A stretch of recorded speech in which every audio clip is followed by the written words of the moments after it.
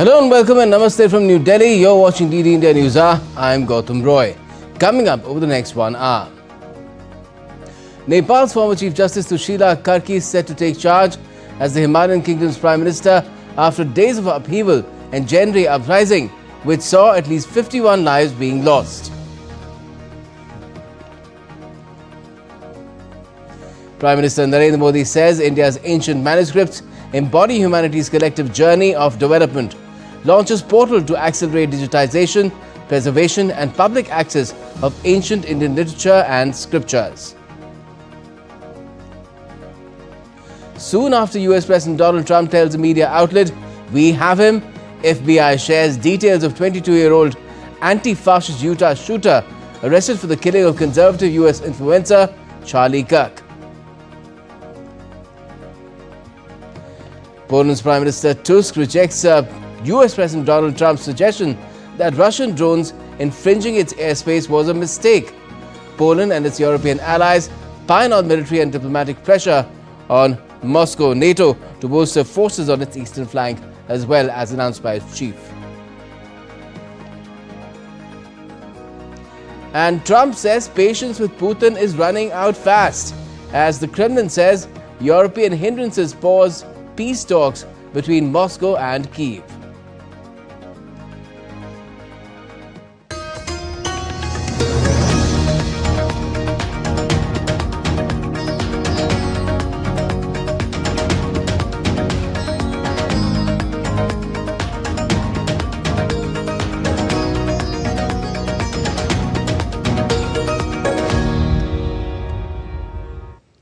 After days of unrest following negotiations, Nepal has finally got a new Prime Minister.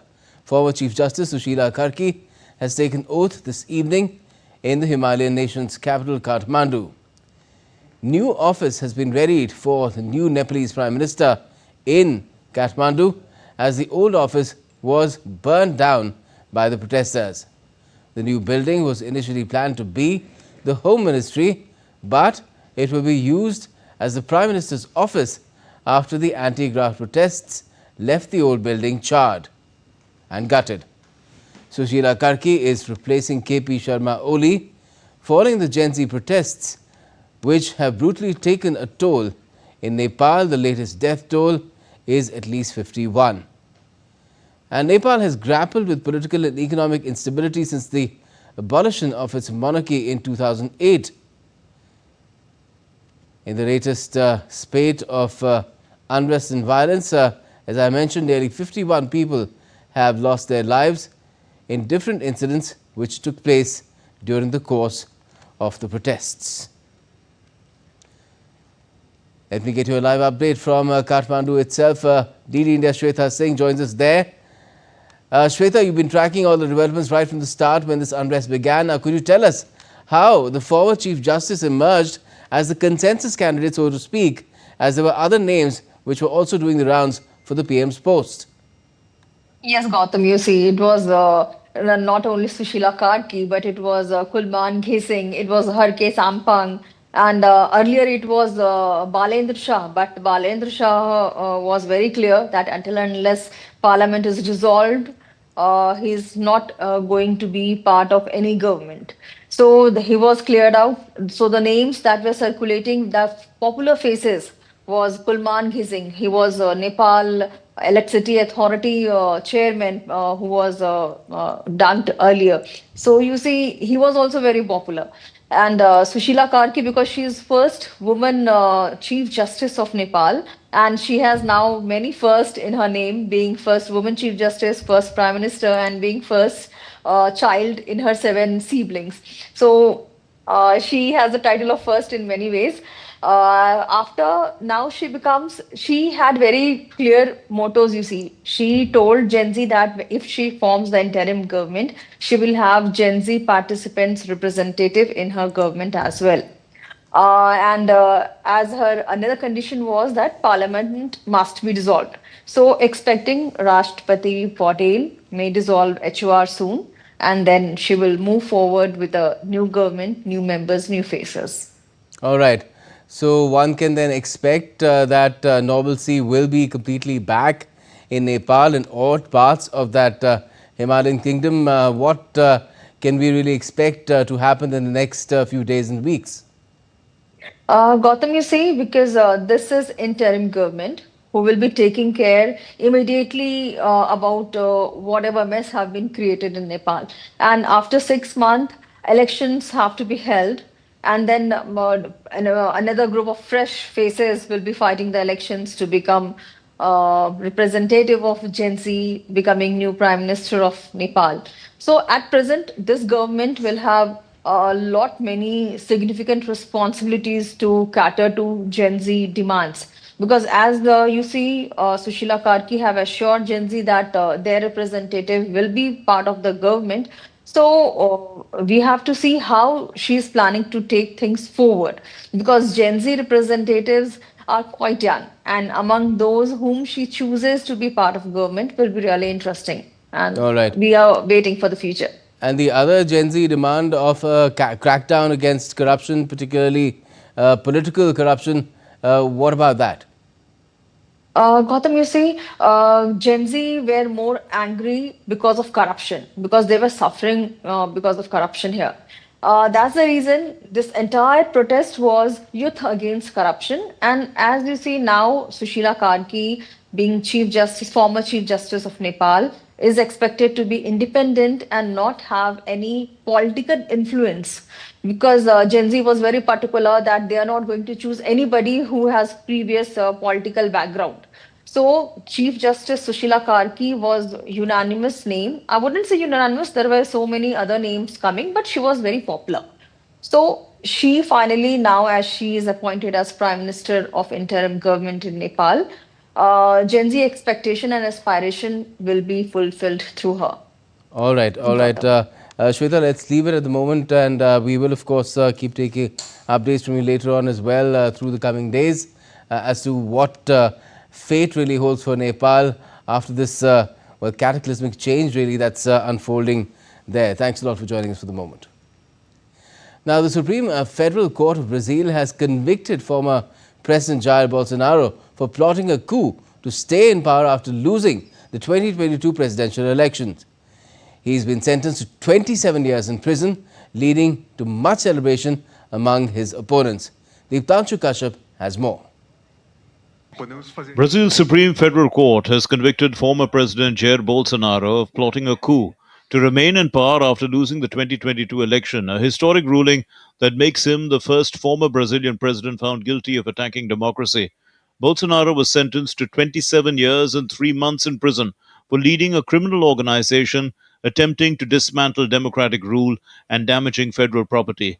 It comprises of 24 years and 9 months of imprisonment and 2 years and 6 months of detention, along with 124 days of fines.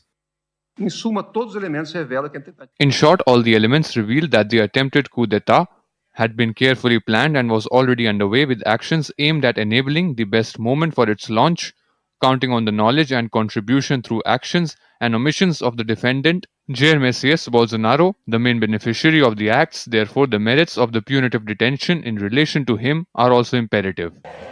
Brazilians dance to the sounds of drums, trumpets, and saxophones as samba music filled the streets of Rio in celebration of the sentencing.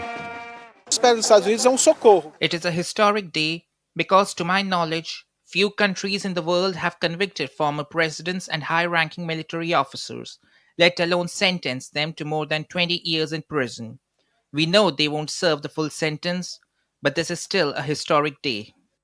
Senator Flavio Bolsonaro, the son of the former Brazilian President Jair Bolsonaro, denounced his father's persecution and called for the parliament to unite and grant unrestricted amnesty following the former leader's conviction. Let us now, with all our strength, unite Parliament, which has the power to promote peace in this country and grant a broad, general and unrestricted amnesty for all, including Bolsonaro. Bolsonaro's conviction marks a pivotal moment in Brazil's turbulent political landscape, deepening divisions at home while straining ties with the United States. As the former president appeals this sentence, the nation braces for what could be an even more contentious chapter ahead. Deeptanshu Kashyap's report for DD India. And with that, let's bring in our first expert guest of the evening. We're joined by former senior diplomat Amrit Lagoon. Good evening to you, Ambassador Lagoon. What do you make of this conviction in terms of what it could mean, not just for Brazil, but for the world as well, in terms of, well, basically giving a verdict out in the sense in favor of democracy and against any form of autocracy? Yeah, it's a very, fluid moment for Brazil because, if we go back to 2018 when Mr. Jair Bolsonaro had won the presidency, and then the current president, Mr. Lula, was, then convicted for fraud, etc. of Petrobras, and his successor, Dilma Rousseff, who was from the same People's Workers' Party, was impeached. And because of that, Mr. Lula could not fight the 2018 elections. Deputy fought, and of course, Mr. Bolsonaro had won at that time. And of course, the judge who had convicted President Lula ultimately also came under a lot of criticism because he had joined Bolsonaro's government later on when it was phased. So it is like wheel turning around, and now Mr. Lula has and his supporters have found reason to go after Mr. Bolsonaro. And we must also remember the 2022 elections when after going into more or less into like oblivion, Mr. Lula came back strongly. But in the second round of elections which was held, the victory was quite narrow. Less than 2% difference was separating between him and Mr. Bolsonaro. So, and then we must should also note that Brazil has presidential terms of 4 years, like the US system, and next year the election is coming up. So the idea will be to block Mr. Bolsonaro from fighting that election which is coming up.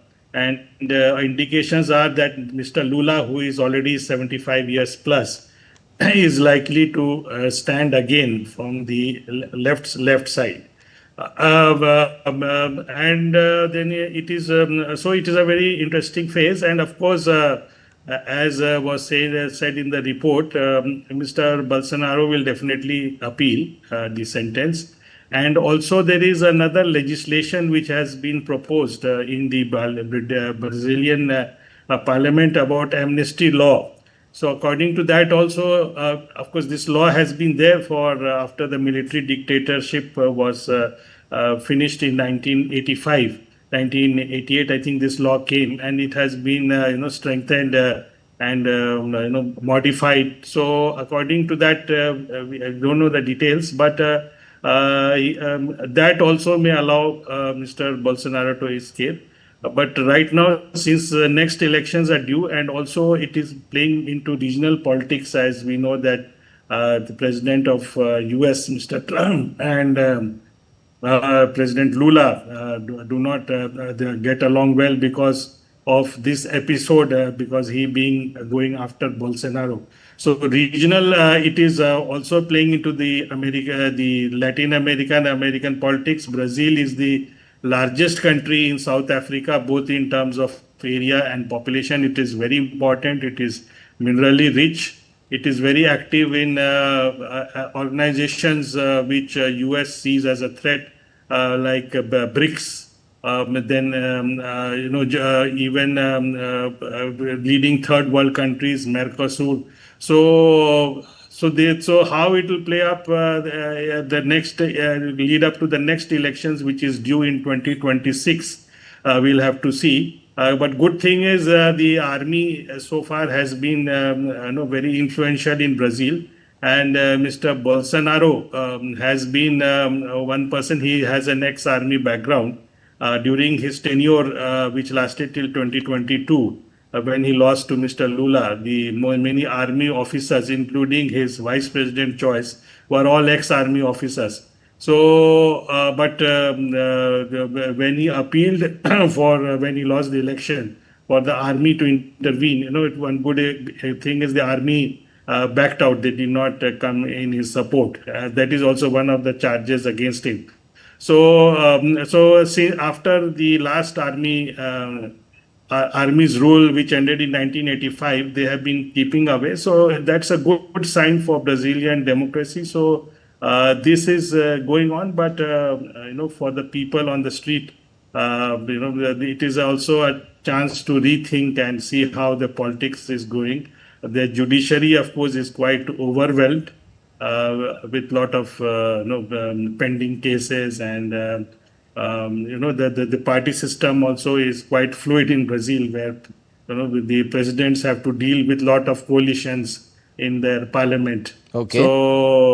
So it's an interesting phase when in the context of when next year elections are due for Brazil. Yes. Yes, certainly, and the matter will still perhaps remain in courts, and we yet to see what Donald Trump might do because of this verdict, because so far he's only condemned the outcome of this trial, and 50% tariffs already on a lot of goods in Brazil, and we're yet to see whether Donald Trump will up the ante any further. Thanks a lot for joining us for the moment, Ambassador Lagoon.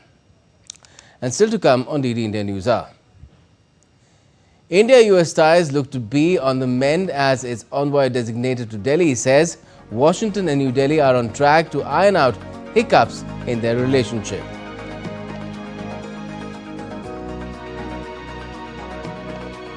South Korean Foreign Minister says a joint working group is under consideration with the US to look at a new type of visa as detained Hyundai factory workers land back home from Georgia.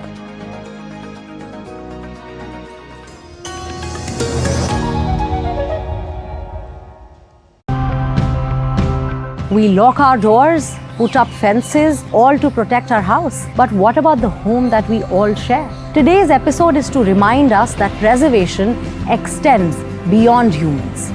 We tell our buyers that the coffee they're buying or they're consuming is contributing or is preserving the habitat for these many species of birds and animals. We are promoting ecotourism only. We call volunteers to work on the field so that they can learn from the village. GDSI is a ranking system created by an association to make its location sustainable in terms of tourism and event management. We use the feces as manure for our crops. That's how integrated farming becomes very profitable.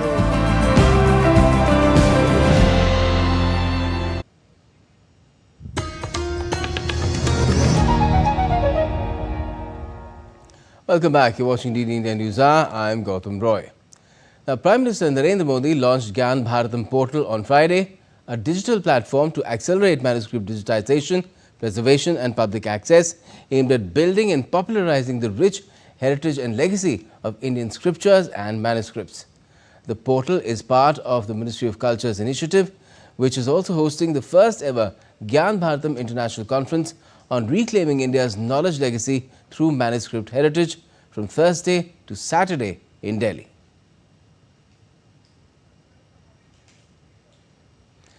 And we will get you that report as and when it's ready.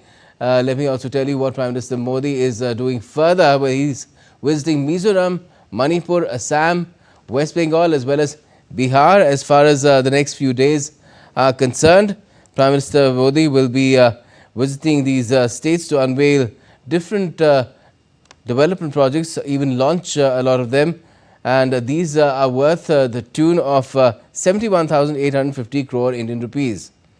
On Saturday, the Prime Minister will visit Mizoram to lay foundation stones and inaugurate multiple development projects worth over 9,000 crore rupees in Aizawl. These projects will cater to multiple sectors including railways, roadways, energy, sports, among others. The Prime Minister will also inaugurate the Bairabi-Sairang new railway track worth over 8,070 crore Indian rupees. The new railway track will connect the capital of Mizoram to India's primary railway network for the first time. Along with this, the PM will also flag off 3 new train services from Sairang to Delhi, Kolkata and Guwahati. Thereafter, Prime Minister Modi will visit Manipur and lay foundation stones of multiple development projects worth over 8,500 crore Indian rupees. Saturday will also see the PM participating in celebrations to commemorate the 100th birth anniversary of Bharat Ratna Dr. Bhupen Hazarika in Guwahati. The next day, Prime Minister Modi will inaugurate and lay foundation stones of major infrastructure and industrial development projects worth over 18,000 crore Indian rupees in Assam itself. And on Monday, the PM will be visiting West Bengal as well as Bihar. Now, Prime Minister Modi has in fact, in a social media post, informed about his visit to northeast Indian states of Mizoram tomorrow. That is Saturday. In a social media post, the PM has said that he looks forward to being among his sisters and brothers in Aizawl tomorrow, the 13th of September. The PM termed the visit as a very special because the wonderful city of Aizawl is going to be connected to the railway network for the very first time with the inauguration of the Bairabi-Sairang new rail line. The PM mentioned about the rail line being built in very challenging terrain and how it includes several major and minor bridges, and that the coming of a railway connectivity will boost commerce as well as tourism in the region.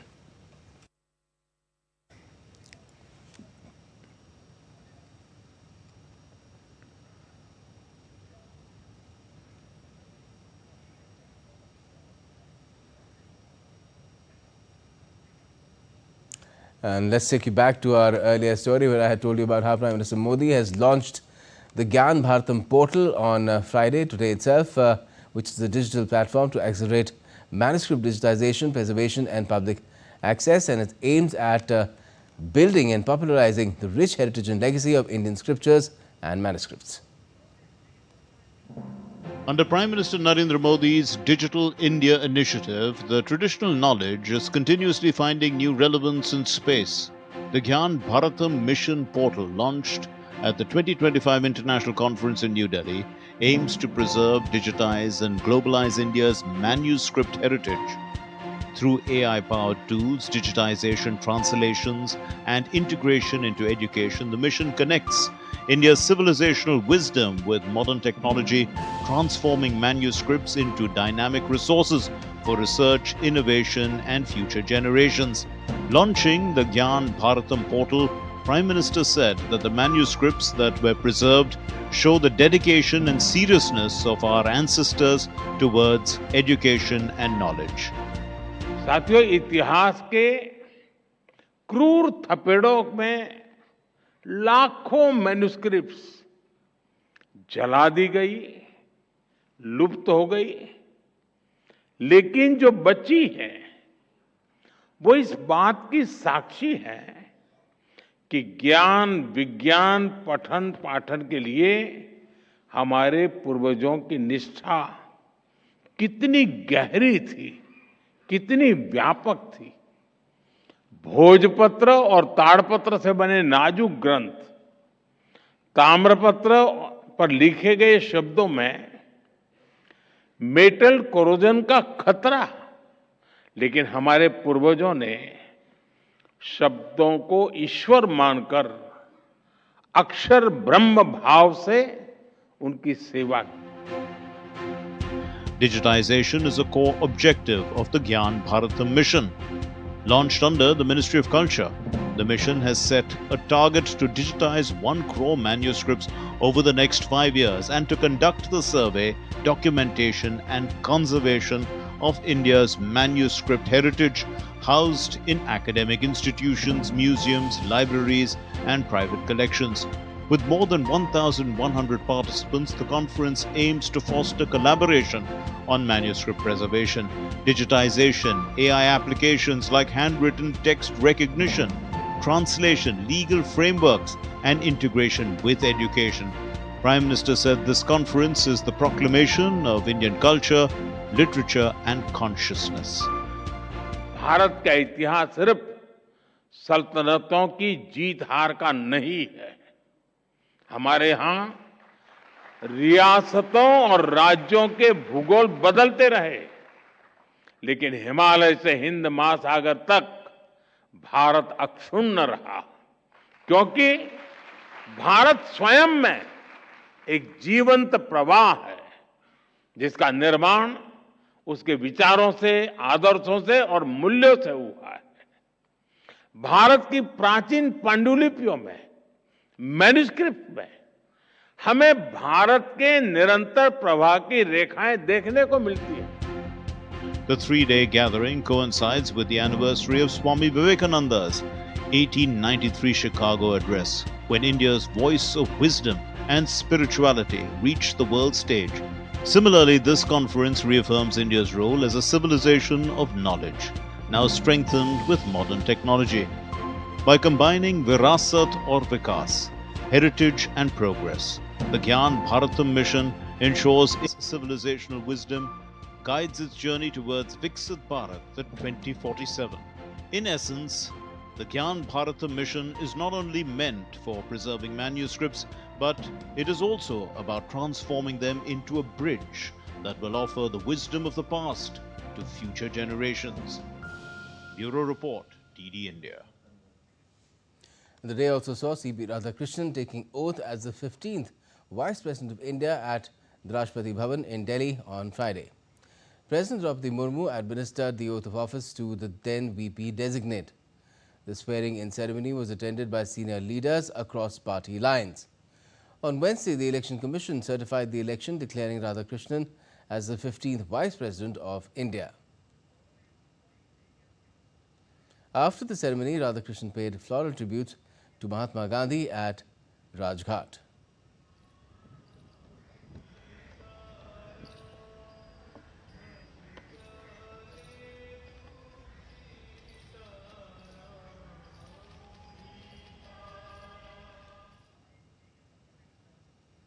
The Vice President also visited the Prerna Sthal in Parliament House complex, where he laid a wreath at the Mahatma Gandhi statue and planted a Rudraksh sapling at the site.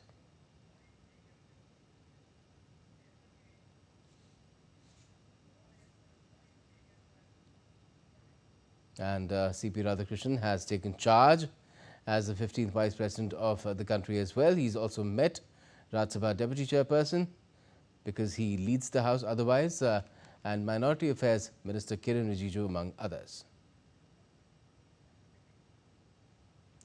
Now, strengthening ties with India is a top priority for the United States. As both nations emphasize their growing strategic partnership, U.S. Envoy Designate to India, Sergio Gore, has said Washington and New Delhi are on track to resolve their issues. U.S. Secretary of State Marco Rubio also echoed the same sentiments. Here's more on this evolving relationship. The India-US ties appear to be getting fine-tuned, with both sides emphasizing the robust historic relationship. In fact, the US envoy designate to India, Sergio Gore, has said that Washington and New Delhi are on track to resolve hiccups in the relationship. Speaking at his Senate confirmation hearing in Washington, D.C. on Thursday, Gore underlined that India is a strategic partner whose trajectory will shape the region and beyond. India is a strategic partner whose trajectory will shape the region and beyond. Under President Donald Trump's strong leadership, I'm committed to advancing America's interest in this important partnership. India's geographic position, economic growth, and military capabilities make it a cornerstone of regional stability and a critical part of promoting prosperity and advancing the security interests that our nations share. Gore emphasized that India's geographic position, economic growth, and military capabilities make it a cornerstone for regional stability and a crucial part of promoting shared prosperity and security interests. We might have our moment of hiccups right now. We are on the track of resolving that. Our relationship with the Indian government, with the people of India, extends many more decades. And U.S. Secretary of State Marco Rubio too stressed that India is one of the top relationships the U.S. has in the world today. Supporting Sergio Gore at his confirmation hearing, Rubio said Washington is in a period of extraordinary transition in that relationship with Delhi. India is, I would say, one of the top relationships the United States has in the world today in terms of the future of what the world's going to look like. The 21st century, the story is going to be written in the Indo-Pacific. In fact, it's so important we've actually changed the name of the combatant command to the Indo-Pacific. India is at the core of that. And we are in a period of extraordinary transition in that relationship with India. We've got some really important issues coming up that we need to work with them on and work through. With both sides committed to strengthening ties, the India-US partnership is poised to play a pivotal role in shaping the geopolitical landscape of the Indo-Pacific region. As strategic priorities align, Washington and New Delhi continue to build on their shared values and common goals, fostering a relationship that promises stability, growth, and mutual benefit for years to come. Bureau Report, DD India. Now, Utah Governor Spencer Cox has confirmed that Tyler Robinson, the suspect in the fatal shooting of conservative activist Charlie Kirk, is now in custody after a 33-hour manhunt. Cox told reporters that Robinson had implied his involvement to a family friend, who then alerted authorities. Kirk, a close ally of former U.S. President in fact Donald Trump, not former, and a co-founder of Turning Point USA, was killed by a sniper at Utah Valley University during a campus tour event, sparking national outrage over political violence. And Donald Trump himself said that someone very close to Charlie Kirk shooting suspect was the one who turned him in. Speaking on Fox and Friends, Trump said authorities had very good pictures and that the tip came from someone who recognized the suspect by a little tilt of the head, which nobody else would do. But somebody close to him turned and, they said, whoa, it's interesting. We had very good pictures, but not great, not perfect. And when you look at it, what happened is somebody, and this happens a lot. It happened with the crazy Boston bomber. It happened with others. Somebody that's close recognizes even a little tilt of the head, which nobody else would do. And somebody that was very close to him said, And a chartered plane carrying some 300 South Koreans who were detained in a large-scale U.S. immigration raid at a battery project site landed at Incheon Airport on Friday. Their return capped a week of intense negotiations by Seoul to win their release and bring them home. The plane also carried 10 workers from China, 3 from Japan and an Indonesian national. And still to come on DD India Newshour. We'll be speaking to another expert guest about where's the Ukraine conflict headed, with a skirmish between Europe and Russia over drone incursions in Poland intensifying.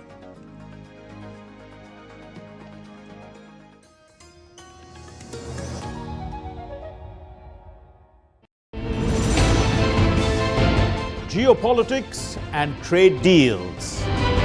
Economic challenges amid development. Hard work and the path to prosperity. It's the economy, always. Between walkers, money is what money does and says. Supply creates its own demand. Between the bulls pulls and bears tears. When supply chains globalization and India rises to the podium. We'll get you centered with the Economic Brief at 8 p.m. every Thursday on DD India.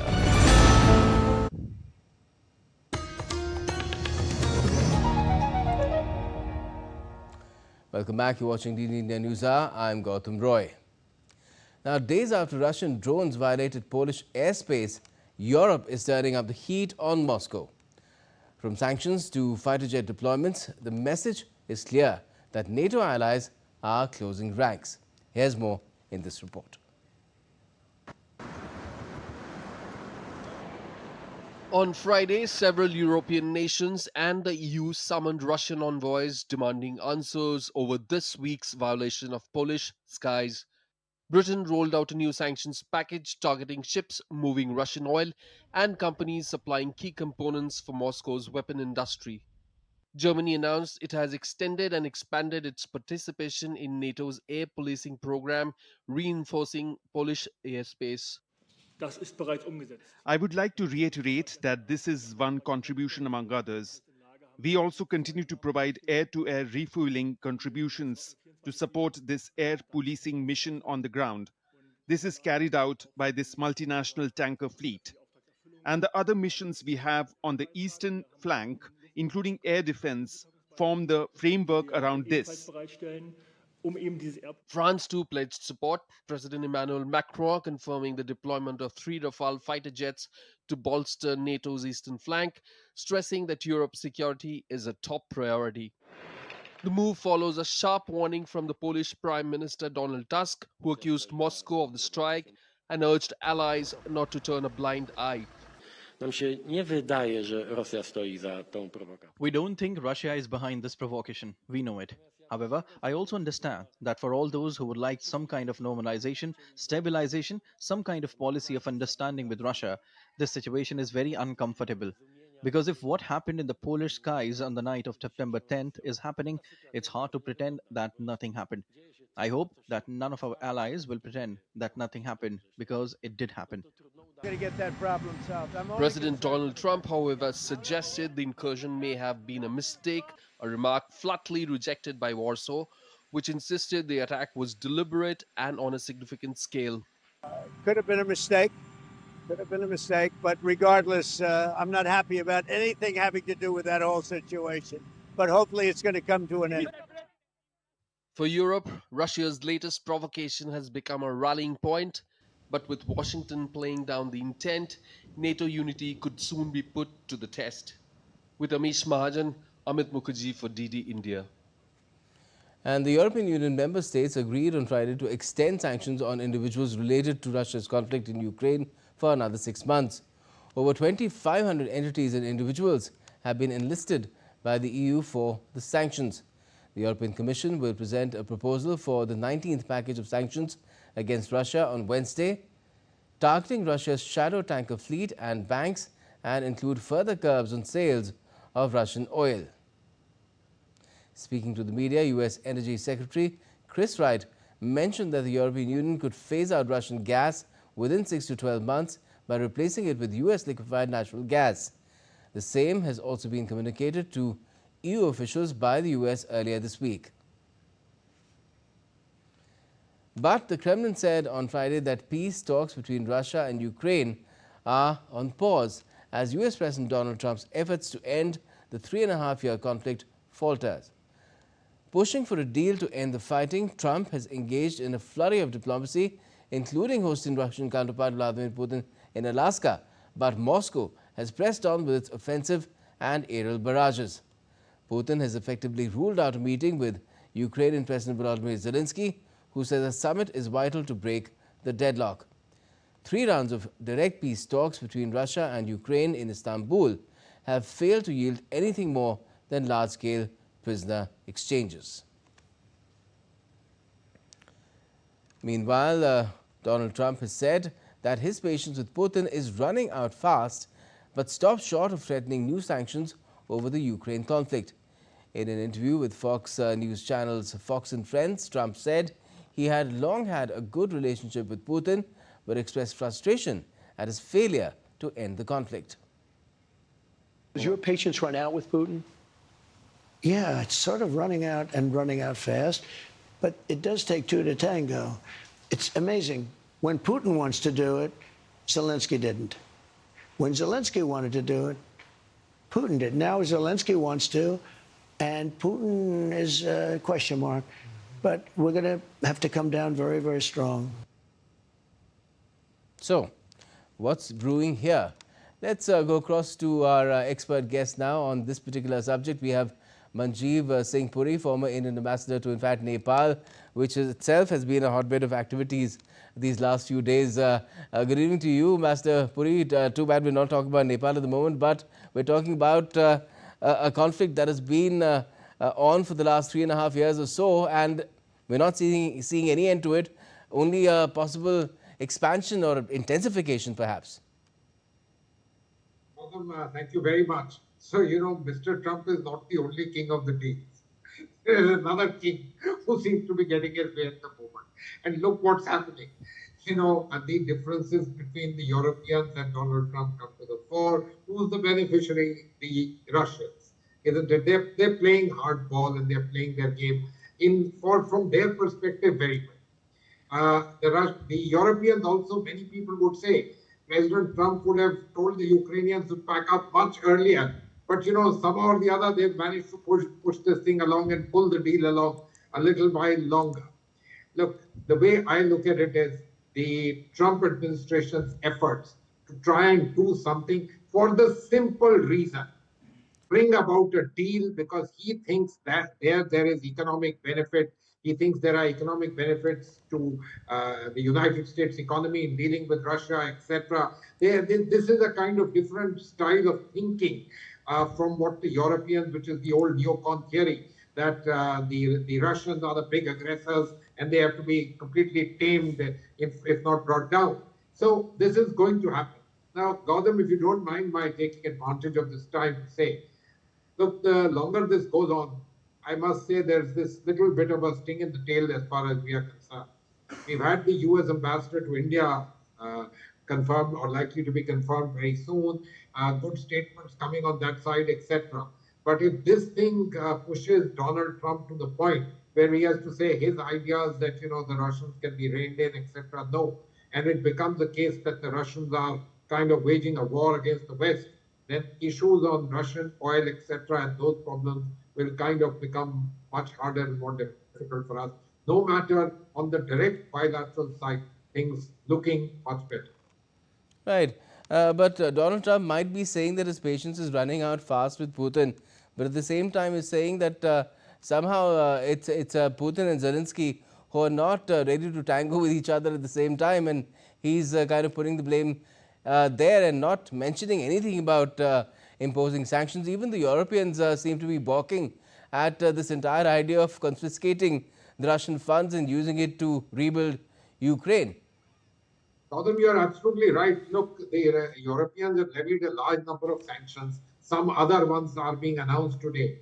The fact of the matter is that in the end, if it becomes what might become, the Americans say, okay, it's up to you to do everything. The Europeans are very diffident about their ability to be not only able to defend Ukraine, but also in some senses take on the Russians. So, everybody wants to leave a certain amount of openings out there.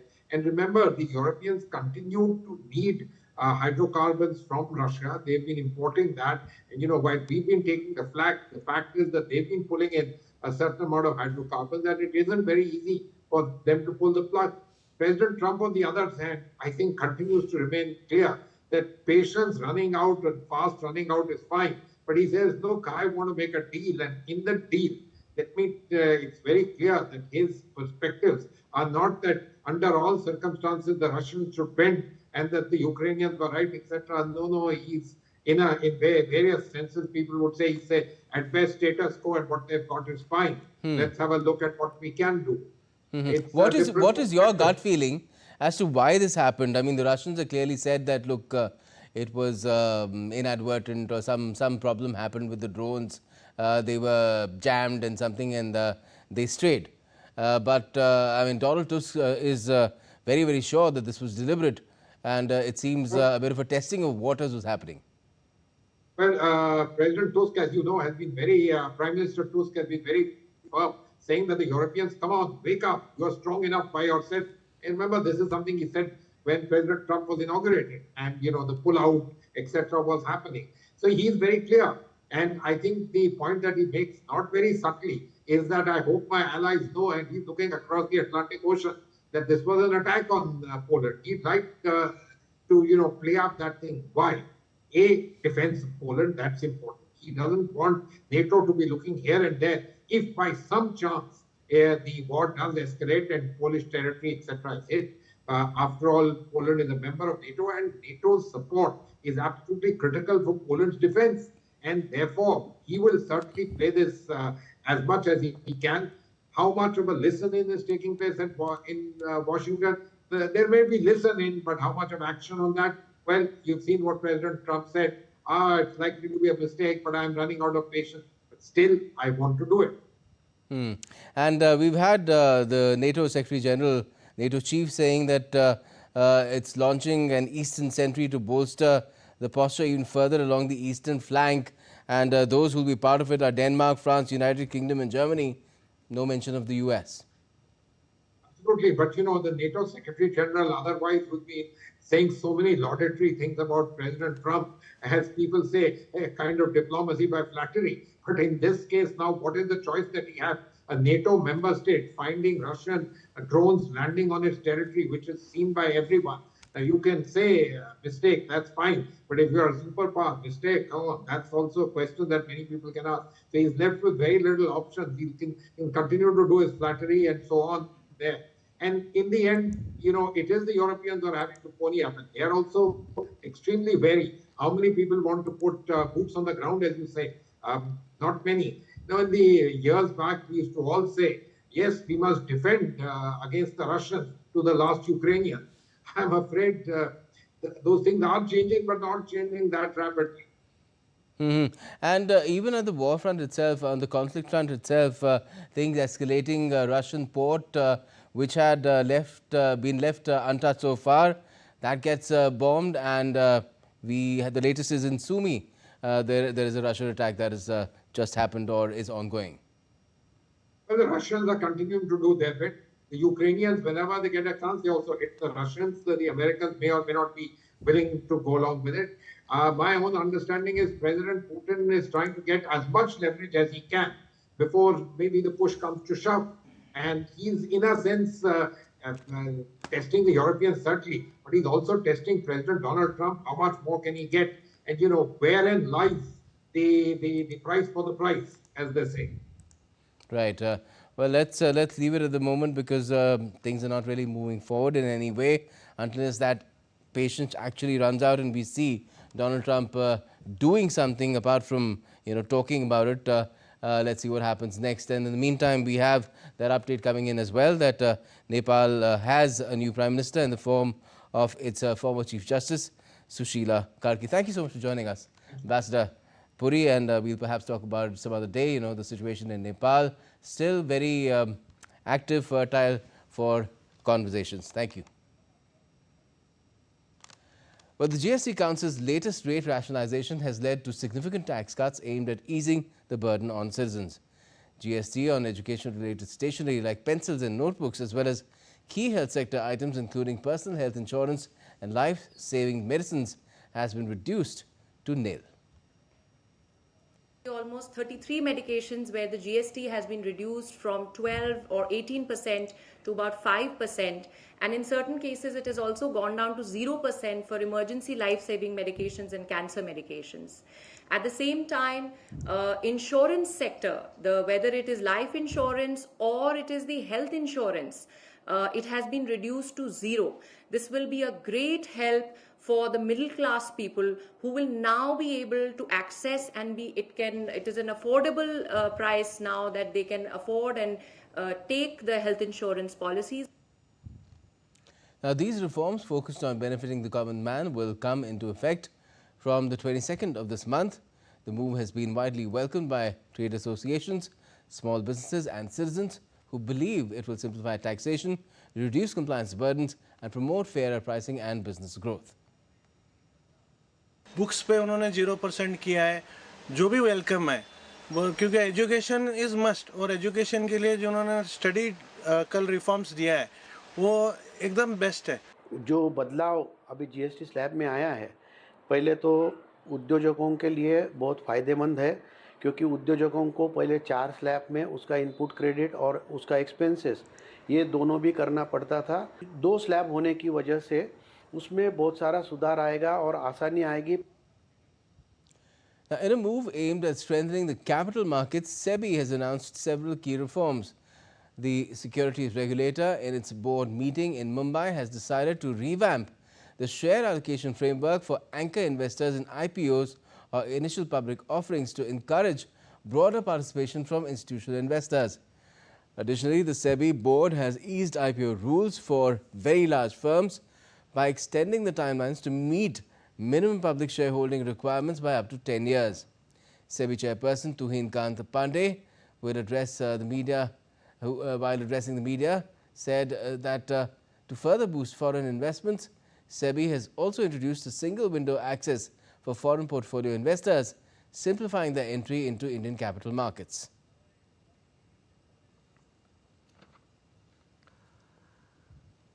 The next item is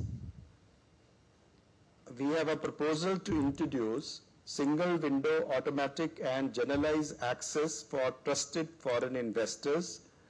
We call it Swagat FI, framework for FPIs and FPCIs.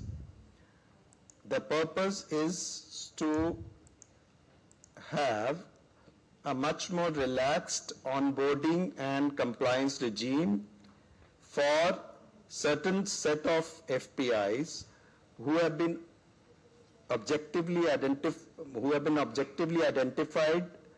through and they are really trust and verify principle. Union Minister for Commerce and Industry Piyush Goyal and Commissioner for Trade and Economic Security, Inter-Institutional Relations and Transparency, European Union, Maros Sefcovic, attended the 65th annual session of the Automobile Component Manufacturing Association in New Delhi. Both the leaders reaffirmed their commitment towards a fair and equitable deal as far as the free trade agreement with the European Union is concerned. Amidst intense negotiations which have been underway, both the leaders also said that they are almost nearing the deadline for the FTA and expressed that they are hoping to see an announcement on the deal coming before the deadline is over. Intensive talks and negotiations on what I believe would be ground-breaking free trade agreement between European Union and India. And we've been negotiating this for quite some time, but I can tell you that it never got to such a momentum as we have right now between Minister Goyal and myself, and of course having the strong political support from both leaders, Prime Minister Modi and President of the European Commission, Ursula von der Leyen. Are looking forward to a very robust, fair, equitable, balanced, mutually beneficial, win-win partnership in terms of an enduring free trade agreement which will outlive all of us in this room, which will strengthen this relationship between Europe and India, and which will, in some sense, define two large economies as we grow in the next 20-25 years to become a $30 trillion+ economy.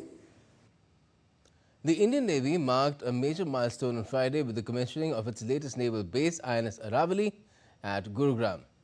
Commanded by Captain Sachin Kumar Singh, INS Aravali is named after the steadfast Aravali Range and will serve as a hub for the Navy's information and communication centers, strengthening India's command, control and maritime domain awareness framework.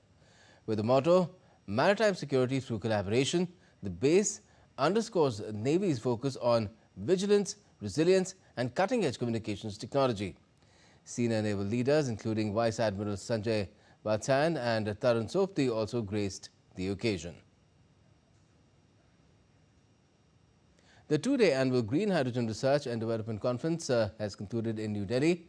Addressing the event, Union Minister of State for New and Renewable Energy, Shripad Naik, said that the Government of India is creating a robust ecosystem for the green hydrogen mission. Highlighting the importance of youth participation, he urged young people to work on innovation in the field of green hydrogen. For our youth, I have a simple message. Think beyond the incremental change. Aspire to design disruptive solutions that can shape the world's energy future. Whether through R&D grants, incubation support, or platform like this conference, the Government of India stands firmly behind you. To our institutions, I urge you to nurture the interdisciplinary hubs where academia, industry, and entrepreneurship coverage so that our campuses become the nurseries of the next generation technologies. And Union Minister for Roads and Highways, Nitin Gadkari, has said that Dr. APJ Abdul Kalam, who was the 11th President of India, was a big advocate for innovation and scientific temper. He was speaking at the 5th Abdul Kalam Memorial Lecture organized by India Islamic Cultural Centre.